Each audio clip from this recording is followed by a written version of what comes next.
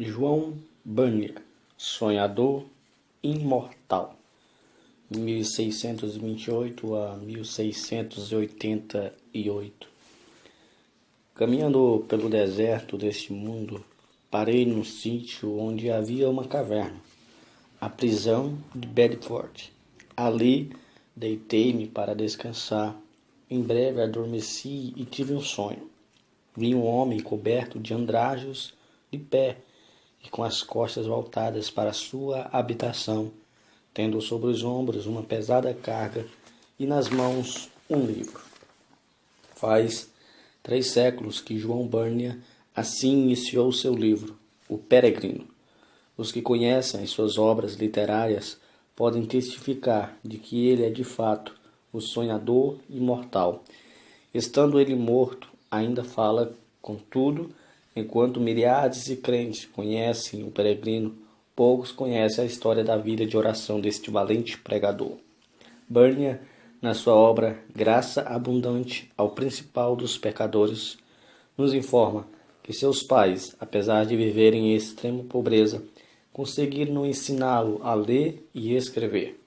Ele mesmo se intitulou a si próprio de o principal dos pecadores. Outros atestam que era bem-sucedido até na impiedade. Contudo, casou-se com uma moça de família, cujos membros eram crentes fervorosos. Bunyan era funileiro, e como acontecia com todos os funileiros, era paupérrimo. Ele não possuía um prato nem uma colher, apenas 2 livros, O Caminho do Homem Simples para os Céus e A Prática da Piedade, obras que seu pai, ao falecer, lhe deixara. Apesar de Bunyan achar algumas coisas que lhe interessavam nesses 2 livros, somente nos cultos é que se sentiu convicto de estar no caminho para o inferno. Descobre-se nos seguintes trechos, copiado de Graça Abundante ao Principal dos Pecadores, como ele lutava em oração no tempo de sua conversão. Veio-me às mãos uma obra dos Hunters, livro estimado por alguns autores. Não sabendo julgar os méritos dessas doutrinas, dediquei-me a orar desta maneira: Ó Senhor, não se julgar entre o erro e a verdade. Senhor, não me abandones por aceitar ou rejeitar essa doutrina. Cegamente, se ela for de ti, não me deixes desprezá-la. Se for do diabo, não me deixes abraçá-la. E louvado seja Deus, Ele que me dirigiu a clamar, desconfiando da minha própria sabedoria. Ele mesmo me guarda do erro dos Hunters. A Bíblia já era para mim muito preciosa nesse tempo. Enquanto eu me sentia condenado às penas eternas, admirei-me de como o próximo se esforçava para ganhar bens terrestres, como se esperasse viver aqui eternamente. Se eu pudesse ter a certeza da salvação da minha alma, como se sentiria rico, mesmo que não tivesse mais para comer, a não ser feijão. Busquei o Senhor, orando e chorando, e do fundo da alma clamei: Ó Senhor, mostra-me, eu te rogo, que me amas com amor eterno.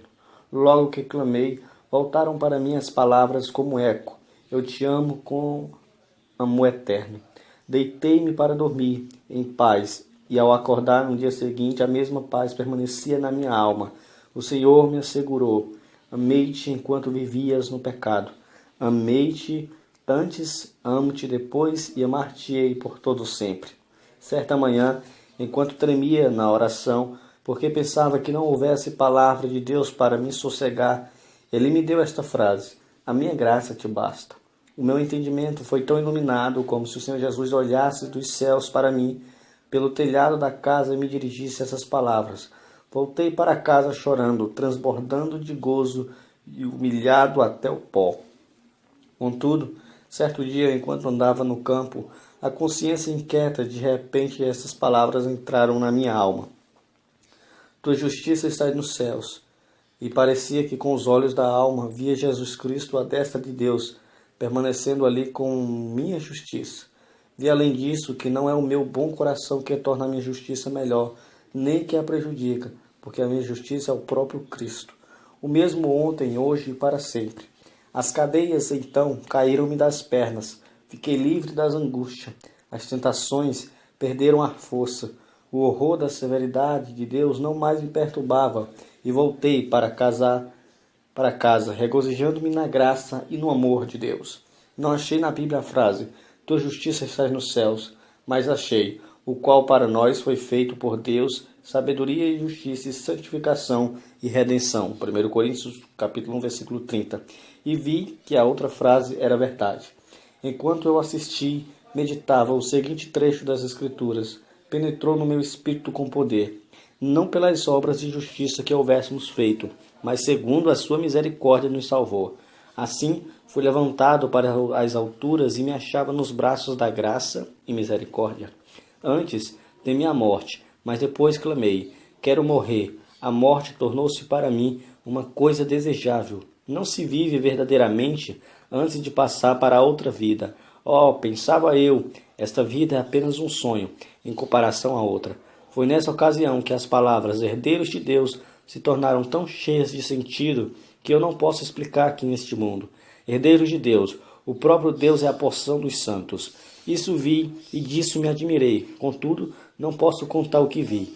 Cristo era um Cristo precioso na minha alma. Era o meu gozo, a paz e o triunfo. Por Cristo era tão grande que tive dificuldade em conter-me e ficar deitado.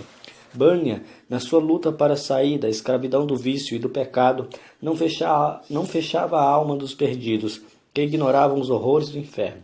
Acerca disso, ele escreveu, percebi pelas Escrituras que o Espírito Santo não quer que os homens enterrem os seus talentos e dons, mas antes que despertem esses dons.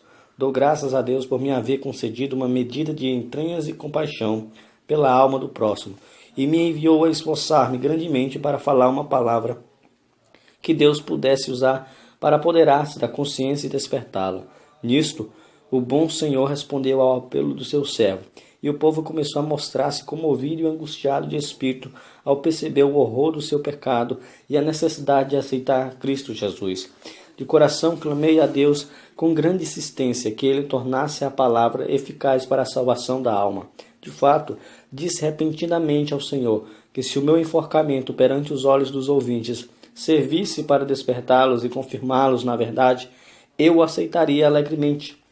O maior anelo em cumprir meu ministério era o de entrar nos lugares mais escuros do país. Na pregação realmente sentia dores de parto, para que nascessem filhos para Deus. Sem fruto, não ligava importância a qual louvor aos meus esforços. Com fruto, não me importava com qualquer oposição. Os obstáculos que Bunyan tinha de encarar eram muitos e variados. Satanás, vendo-se grandemente prejudicado pela obra desse servo de Deus, começou a levantar barreiras de todas as formas. Bunyan resistiu fielmente a todas as tentações de vangloriar-se sobre o fruto de seu ministério e cair na condenação do diabo. Quando, certa vez, um dos ouvintes lhe disse que pregara um bom sermão, ele respondeu, não precisa dizer-me isso. O diabo já cochichou a mesma coisa no meu ouvido antes de sair da tribuna. Então o inimigo das almas suscitou os ímpios para caluniá-lo e espalhar boatos em todo o país, a fim de induzi-lo a abandonar seu ministério. Chamavam-no de feiticeiro, jesuíta, cangaceiro, e afirmava que vivia amancebado e que tinha 2 esposas e que seus filhos eram ilegítimos. Quando o maligno falhou em todos esses planos de desviar Bunyan do seu ministério glorioso, os inimigos denunciaram-no por não observar os regulamentos dos cultos da igreja oficial. As autoridades civis o sentenciaram à prisão perpétua, recusando terminamente a revogação de sentença. Apesar de todos os esforços de seus amigos e dos rogos de sua esposa, tinha de ficar preso até se comprometer a não mais pregar. Acerca da sua prisão, ele diz, nunca tinha sentido a presença de Deus ao meu lado em todas as ocasiões, como depois de ser encerrado. Fortalecendo-me tão ternamente com esta ou com aquela escritura, até me fazer desejar, se fosse lícito, maiores provações para receber maiores consolações. Antes de ser preso, eu previ o que acontecia, e 2 coisas ardiam no coração acerca de como podia encarar a morte. Se chegasse a tal ponto, fui dirigido a orar pedindo a Deus me fortalecesse com todas as forças, segundo o poder da sua glória, em toda a fortaleza e longanimidade, dando com alegria graças ao Pai. Quase nunca orei durante o ano antes de ser preso, sem que essa escritura me entrasse na mente e eu compreendesse que para sofrer com toda a paciência devia ter toda a fortaleza, especialmente para sofrer com alegria. A segunda consideração foi na passagem que diz: mas nós temos tido dentro de nós mesmos a sentença de morte para que não confiássemos em nós mesmos, porém em Deus que ressuscita os mortos. Cheguei a ver por essas escrituras que se eu chegasse a ponto de sofrer como devia, primeiramente tinha de sentenciar à morte todas as coisas que pertencem à nossa vida, considerando-me a mim mesmo, minha esposa, meus filhos, a saúde, os prazeres, tudo, enfim, como mortos para comigo e eu morto para com eles. Resolvi, como Paulo disse, não olhar para as coisas que se veem, mas sim para as que se não veem, porque as coisas que se veem são temporais, mas as coisas que se não veem são eternas. E compreendi que se eu fosse prevenido apenas de ser preso, poderia de improviso a ser chamado também para ser açoitado ou amarrado ao pelourinho. Ainda que esperasse apenas esse castigo, não suportaria o castigo de desterro, mas a melhor maneira para passar os sofrimentos seria confiar em Deus. Quanto ao mundo vindouro, quanto a este mundo, devia considerar o sepulcro como a minha morada, estender o meu leito nas trevas, dizer à corrupção: tu és meu pai, e aos vermes: vós sois minha mãe e minha irmã. Jó, capítulo 17, versículo 13 e 14. Contudo, apesar desse auxílio, senti-me um homem cercado de fraquezas. A separação da minha esposa e de nossos filhos aqui na prisão torna-se às vezes como se fosse a separação da carne e dos ossos. E isto não somente porque me lembro das tribulações e misérias que meus queridos têm de sofrer, especialmente a filhinha cega. Minha pobre filha, quão triste é a tua porção neste mundo. Serás maltratada, pedirás esmola, passarás fome, frio, nudez e outras calamidades. Oh, os sofrimentos da minha ceguinha, quebranta-me o coração aos pedaços. Eu meditava muito também sobre o horror ao inferno para os que temiam a cruz, a ponto de se recusarem a glorificar Cristo. Suas palavras e leis perante os filhos dos homens, além do mais, pensava sobre a glória que ele prepara para os que, em amor, têm fé e paciência, testificar dele. A lembrança destas coisas servia para diminuir a mágoa que sentia ao lembrar-me de que eu e os meus queridos sofriam pelo testemunho de Cristo. Nem todos os horrores da prisão abalaram o espírito de John Bunyan. Quando lhes ofereceram a sua liberdade sobre a condição de ele não pregar mais, respondia: se eu sair hoje da prisão, pregarei amanhã com o auxílio de Deus. Mas se alguém pensa que, afinal de contas, John Bunyan era apenas um fanático, deve ler e meditar sobre as obras que nos deixou, graça abundante ao principal dos pecadores, chamado ao ministério, o peregrino, a peregrina, a conduta do crente, a glória do templo, o pecador de Jerusalém é salvo, as guerras da famosa cidade de alma humana, a vida e a morte de homem mau, o sermão do monte, a figueira infrutífera, discurso sobre a oração, o viajante celestial, gemidos de uma alma no inferno, a justificação é imputada e etc. Passou mais de 12 anos encarcerado. É fácil dizer que foram 12 longos anos, mas é difícil conceber o que isso significa. Passou mais da quinta parte de sua vida na prisão, na idade de maior energia. Foi um craque chamado Win Terhires que conseguiu a sua libertação. Depois de liberto, pregou em Bedford, Londres e muitas outras cidades. Era tão popular que foi alcunhado do bispo Bunyan. Continuou seu ministério fielmente até a idade de 60 anos, quando foi atacado de febre e faleceu. O seu túmulo é visitado por dezenas de milhares de pessoas.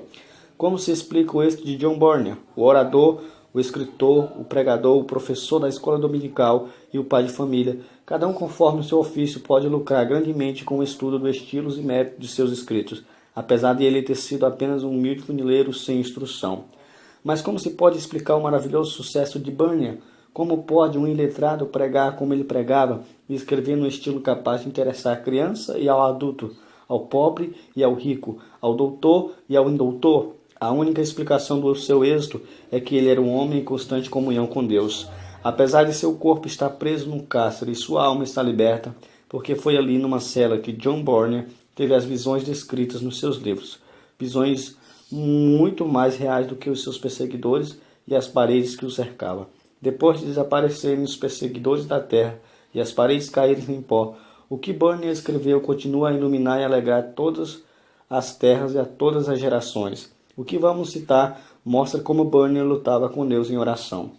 Há na oração o ato de desvelar a própria pessoa, de abrir o coração perante Deus, de derramar afetuosamente a alma em pedidos, suspiros e gemidos. Senhor, disse Davi, diante de ti está todo o meu desejo, e o meu gemido não te é oculto. Salmo 38, versículo 9.